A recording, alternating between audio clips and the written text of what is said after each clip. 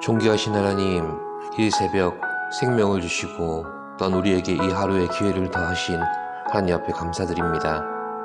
찬송과 경배함으로 나아가오니 저희들의 주의 말씀으로 새롭게 하여 주시옵소서.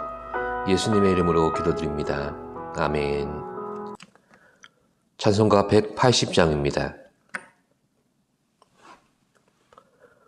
하나님의 나팔 소리 천지 진동할 때에 예수 영광 중에 구름 타시고 천사들이 세계 만국 모든 곳에 보내어 구원받은 성도들을 모으리.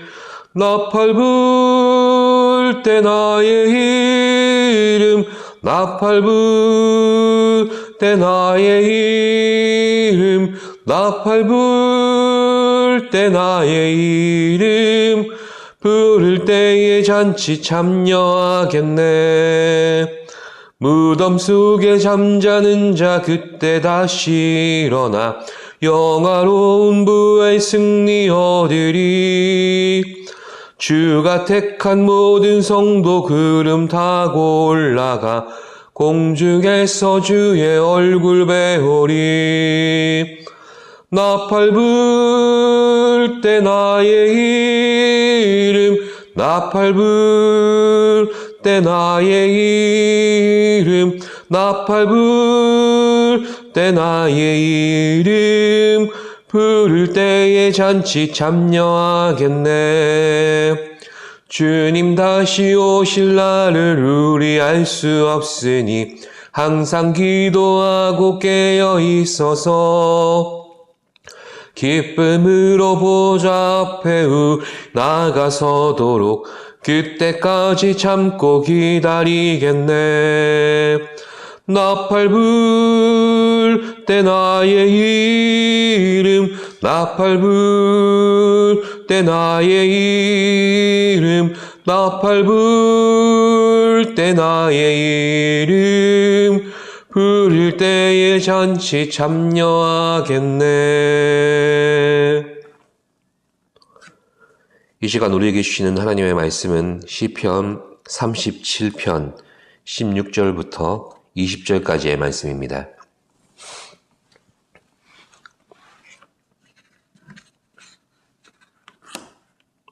봉독하겠습니다.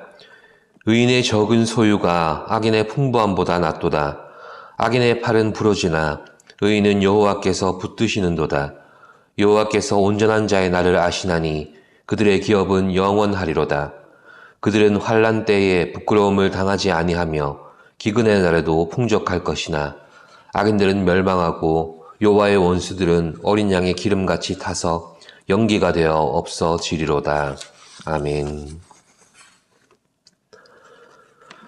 시편 37편 안에서 시인은 지혜시의 형식을 따라 악인과 의인의 형편을 병행시키므로 하나님께서 우리 인생을 향해 나타내시는 지혜를 설명합니다.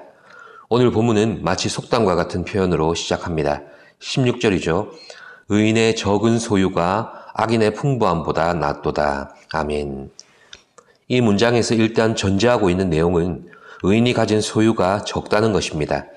그런데 이 문장은 청빈이나 무소유의 삶을 지향하는 그런 내용은 아닙니다. 악인들의 횡포로 인하여 의인들의 소유나 기업이 크게 번창하지 못하는 세상의 모습을 반영한 것입니다. 이미 시편 안에서 여러 번 반복된 내용처럼 하나님의 백성들은 아첨이나 속임, 저세술 같은 것으로 번영을 얻지 못합니다. 그것들은 악인들의 존재 방식입니다. 의인은 하나님을 향한 의롭고 진실한 신앙과 사람 앞에서의 정직함을 지켜나갈 때 하나님의 보살핌 속에 거하게 되는 것입니다. 그러니 하나님께서 각자의 인생을 향한 목적을 가지시고 그 계획을 이루어 가시는데 필요한 만큼 각자에게 부어주시고 맡겨주십니다. 악인들의 번영이 아무리 풍성해 보여도 의인의 적은 소유가 더 나은 이유는 쉬 베이고 시들어버리는 풀과 채소처럼 악인들의 모든 능력과 소유도 결국 영원할 수 없음을 알기 때문입니다. 이게 지혜의 유익입니다. 이것을 깨달아 알기에 같은 세상을 살지만 악인들과 같은 이유로 물질과 탐욕을 쫓지 않게 되기 때문입니다. 17절에서 시인은 악인의 팔은 부러지나 의인은 여호와께서 붙드신다고 확신합니다.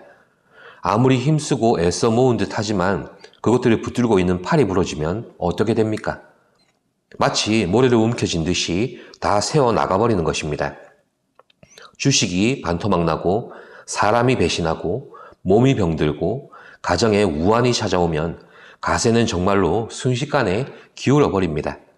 그런데 하나님께서는 의인이 가진 작은 소유를 붙드시는 것입니다.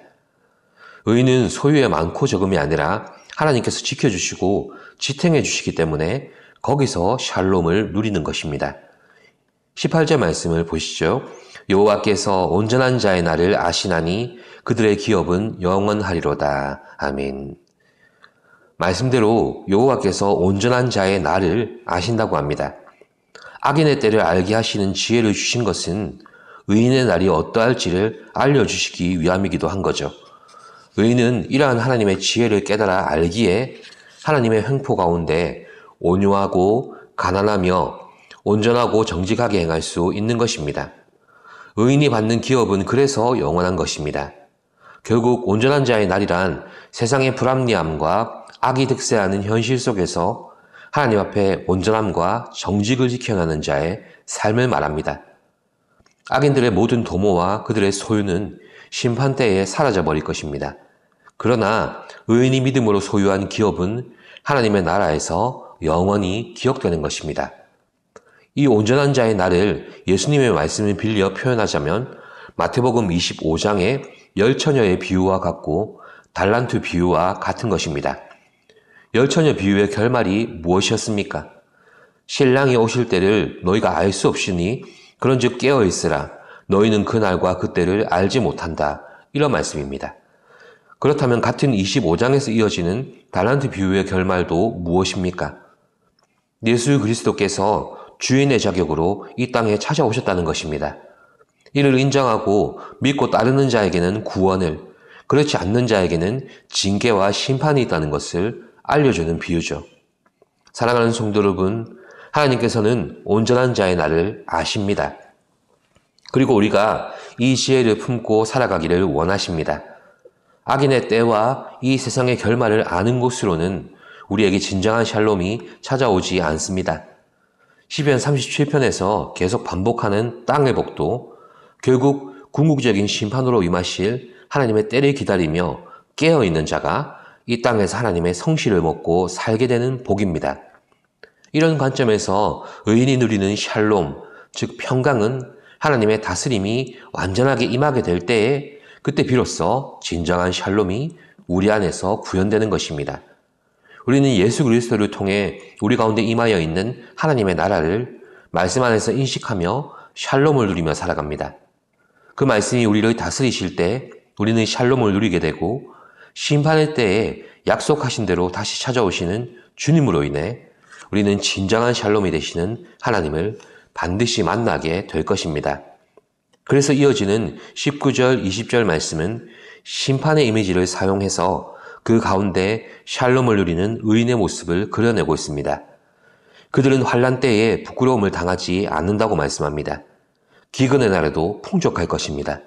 그러나 악인들은 멸망하고 여호와의 원수들은 어린 양의 기름같이 타서 연기가 되어 사라져 버릴 것입니다. 그렇습니다. 우리는 하나님께서 보시기에 온전한 자의 날을 살아가는 의인입니다. 악인이 모르는 인생의 유한함과 그 유한함이 하나님께서 정하신 인생의 때임을 우리는 알고 살아갑니다. 그러나 그것을 아는 것만으로는 온전한 자의 날을 살아갈 수가 없습니다. 환난의 때에 부끄러움을 당하지 않게 하시고 기근의 날에도 풍족하게 하시는 하나님의 샬롬이 우리에게 필요한 것입니다. 하나님을 알고 또한 우리에게 주어진 인생의 때와 영원의 때를 아는 지혜로 우리가 마땅히 구해할 것은 샬롬입니다. 이미 하나님과 우리 사이에 있는 죄의 문제를 예수님께서 해결하셨습니다. 이제 우리는 하나님께서 주신 지혜로 분별해야 합니다. 세상이 주는 평안은 물질적인 것이며 순간적이고 불완전한 것들 뿐입니다. 그러나 주께서 주시는 평안은 하나님과 우리의 관계 속에 이루어지는 영적인 평화이며 영원하고도 완전한 평안입니다. 주님께서 오실 그날까지 요동하지 아니하며 또한 반대로 잠들지도 아니하여 샬롬으로 깨어 기다리는 복된 성도가 되시길 기도합니다. 기도하겠습니다. 죄와 사망으로 가득한 이 세상에 평강으로 임하신 주님, 이 땅에서 온전한 자의 나를 아시고 또한 의인의 삶을 붙들어 주심이 감사드립니다. 이 지혜를 가지고 하나님의 샬롬을 구합니다. 삶의 어떠한 지경에서도 하나님의 평강을 누리며 다시 오실 주님을 깨어 기다리는 저희들이 되게 하여 주시옵소서. 예수님의 이름으로 기도드립니다. 아멘. 하늘에 계신 우리 아버지, 아버지의 이름을 거룩하게 하시며 아버지의 나라가 오게 하시며 아버지의 뜻이 하늘에서와 같이 땅에서도 이루어지게 하소서. 오늘 우리에게 일용할 양식을 주시고 우리가 우리에게 잘못한 사람을 용서하여 준 것 같이 우리 죄를 용서하여 주시고 우리를 시험에 빠지지 않게 하시고 악에서 구하소서. 나라와 권능과 영광이 영원히 아버지의 것입니다. 아멘.